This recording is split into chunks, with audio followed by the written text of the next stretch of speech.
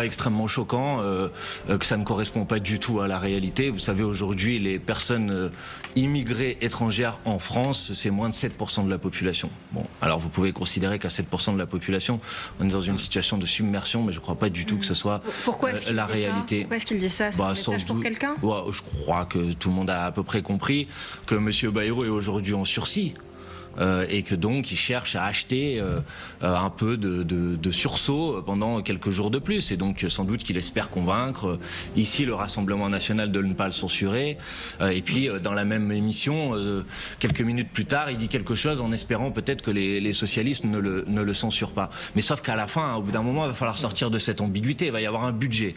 Et dans ce budget aujourd'hui, j'en dis quand même quelques mots, dans ce budget aujourd'hui, vous avez des coupes qui sont des coupes les plus brutales qu'on a jamais connues dans notre pays. Pas beaucoup, franchement. Qu'est-ce qu'il annonce comme coupe? Parce que là, on voit, il est plutôt prudent, non? Monsieur Rochemain, si vous avez suivi les discussions au Sénat la semaine dernière sur le budget, vous saurez qu'il y a, par exemple, une coupe de plusieurs centaines de millions d'euros sur le budget de l'enseignement supérieur et de la recherche, que vous avez une coupe de 30% du budget du sport. Il me semblait qu'au lendemain des Jeux Olympiques, tout le monde avait l'air de dire que le sport, c'était une grande priorité. Madame de Montchalin a dit que ça n'était pas le budget du compromis. Pour l'instant, c'est celui qu'on a sous les yeux. Le budget avait beaucoup augmenté pour les Jeux Olympiques. Sénat n'est pas le budget. Très bien. Alors, Elisabeth Marchichot, vous avez raison, elle a dit ça. Donc, ça veut dire qu'il va y avoir, de son point de vue, un certain nombre de coupes, peut-être, qu'il pourrait remettre en cause.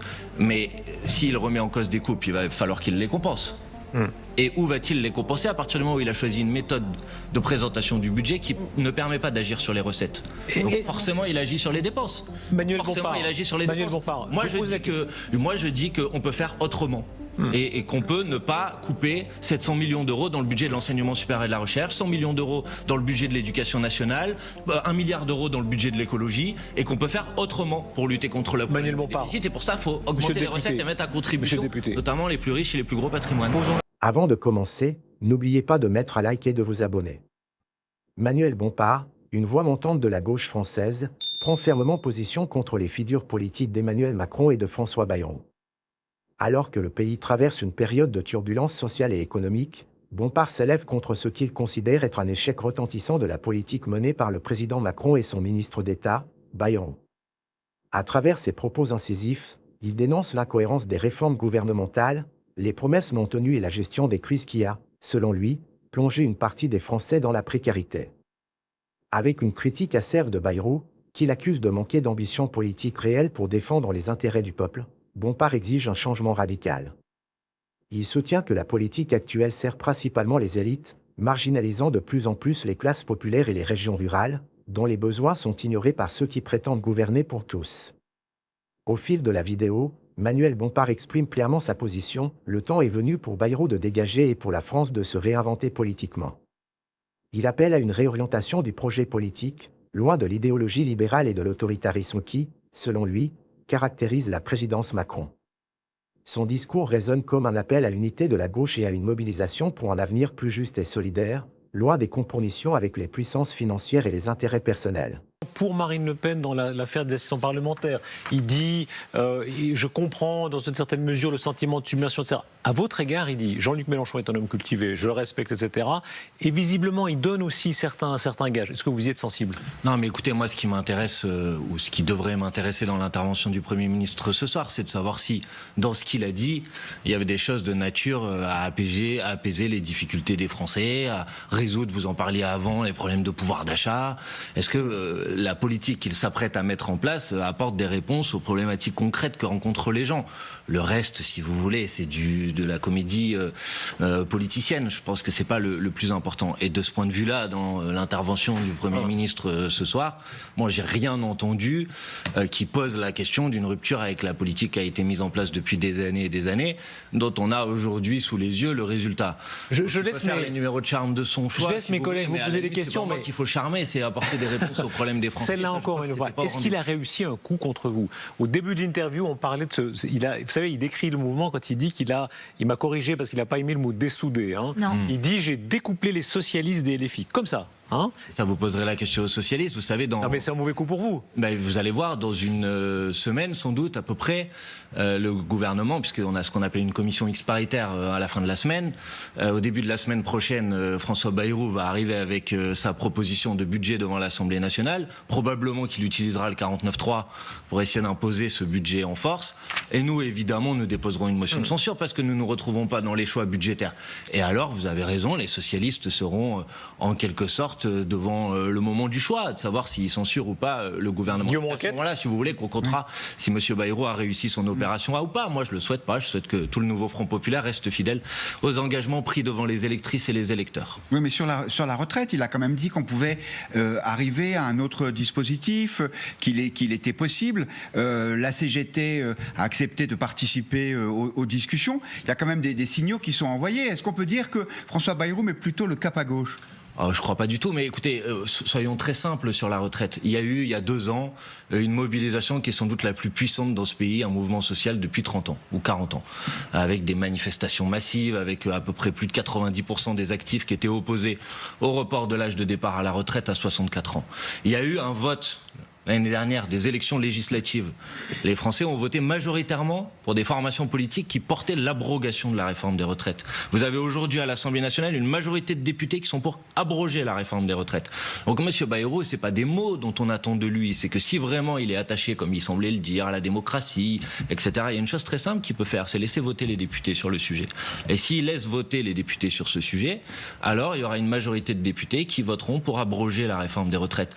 Donc moi, les grandes phrases, les grandes formules de M. Bayrou, elles ne m'intéressent pas beaucoup. La question, c'est de savoir si oui ou non on peut revenir sur ce qui a été une forfaiture démocratique, un coup de force insupportable et inacceptable, qui a d'ailleurs beaucoup brutalisé le pays. Vous parlez d'un coup de force, je pense qu'on a besoin d'alléger. Dans l'élection législative de 2022, il y avait dans le programme le report de l'âge de la retraite. Les Français n'ont pas été trompés. Ah si, je crois qu'ils ont été trompés. 65 ans. Vous savez, quand vous avez 9 Français sur 10 qui travaillent, qui vous disent qu'ils ne sont pas favorables à l'âge de départ à la retraite à 64 ans, quand vous avez l'ensemble des organisations syndicales, quand vous n'avez même pas de majorité de députés à l'Assemblée nationale pour le voter et que vous n'êtes pas obligé de passer en force par 49.3, vous pouvez considérer, si vous voulez, que c'est une pratique démocratique normale, mais c'est pas mon cas. Qu'est-ce qui s'est passé et quand vous avez aujourd'hui une majorité de députés qui sont pour l'abrogation, vous pouvez trouver là aussi que c'est une pratique démocratique normale de les empêcher de voter, mais c'est pas tout à fait ma conception Manuel de la Bompard, démocratie. déclaration ce soir du Premier ministre quand il dit on est proche d'un sentiment de submersion. Il parle de l'immigration et il dit on est proche d'un sentiment de submersion. Comment vous entendez ça ? Je trouve ça extrêmement choquant, que ça ne correspond pas du tout à la réalité. Vous savez, aujourd'hui, les personnes immigrées étrangères en France, c'est moins de 7% de la population. Bon, alors vous pouvez considérer qu'à 7% de la population, on est dans une situation de submersion, mais je ne crois pas du tout que ce soit la réalité. Pourquoi est-ce qu'il dit ça ? C'est un message pour quelqu'un ? Je crois que tout le monde a à peu près compris que M. Bayrou est aujourd'hui en sursis. Et que donc il cherche à acheter un peu de sursaut pendant quelques jours de plus, et donc sans doute qu'il espère convaincre ici le Rassemblement national de ne pas le censurer, et puis dans la même émission quelques minutes plus tard il dit quelque chose en espérant peut-être que les socialistes ne le censurent pas, mais sauf qu'à la fin, au bout d'un moment, il va falloir sortir de cette ambiguïté, il va y avoir un budget, et dans ce budget aujourd'hui, j'en dis quand même quelques mots, dans ce budget aujourd'hui vous avez des coupes qui sont des coupes les plus brutales qu'on a jamais connues dans notre pays. Franchement, qu'est-ce qu'il annonce comme coupe parce que là, on voit, il est plutôt prudent, non ? Monsieur Rochebin, si vous avez suivi les discussions au Sénat la semaine dernière sur le budget, vous saurez qu'il y a, par exemple, une coupe de plusieurs centaines de millions d'euros sur le budget de l'enseignement supérieur et de la recherche, que vous avez une coupe de 30% du budget du sport.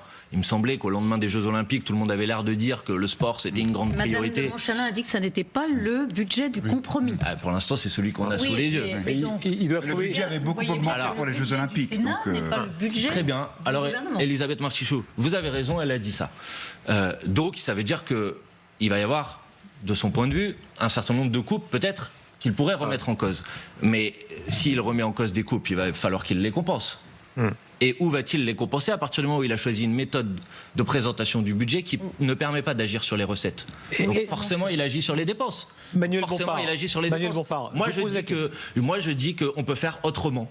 Et qu'on peut ne pas couper 700 millions d'euros dans le budget de l'enseignement supérieur et de la recherche, 100 millions d'euros dans le budget de l'éducation nationale, 1 milliard d'euros dans le budget de l'écologie, et qu'on peut faire autrement pour lutter contre la problème du déficit. Et pour ça, il faut augmenter les recettes et mettre à contribution, notamment les plus riches et les plus gros patrimoines. Posons la question, je veux vous entendre là-dessus, mais aussi nos éditorialistes. Est-ce que François Bayrou est en train de réussir à tisser un lien avec le RN? Parce qu'avec vous, on a compris qu'il a peu de chance, ça vous l'avez dit très clairement. Mais c'est la cohérence des positions que j'ai défendues devant les électrices et les électeurs. Avec le RN, en revanche, est-ce qu'il est en train de tisser un lien qui pourra lui servir? C'est quand même le RN qui a fait tomber Barnier, le gouvernement Barnier. Est-ce que lui est en train de créer autre chose?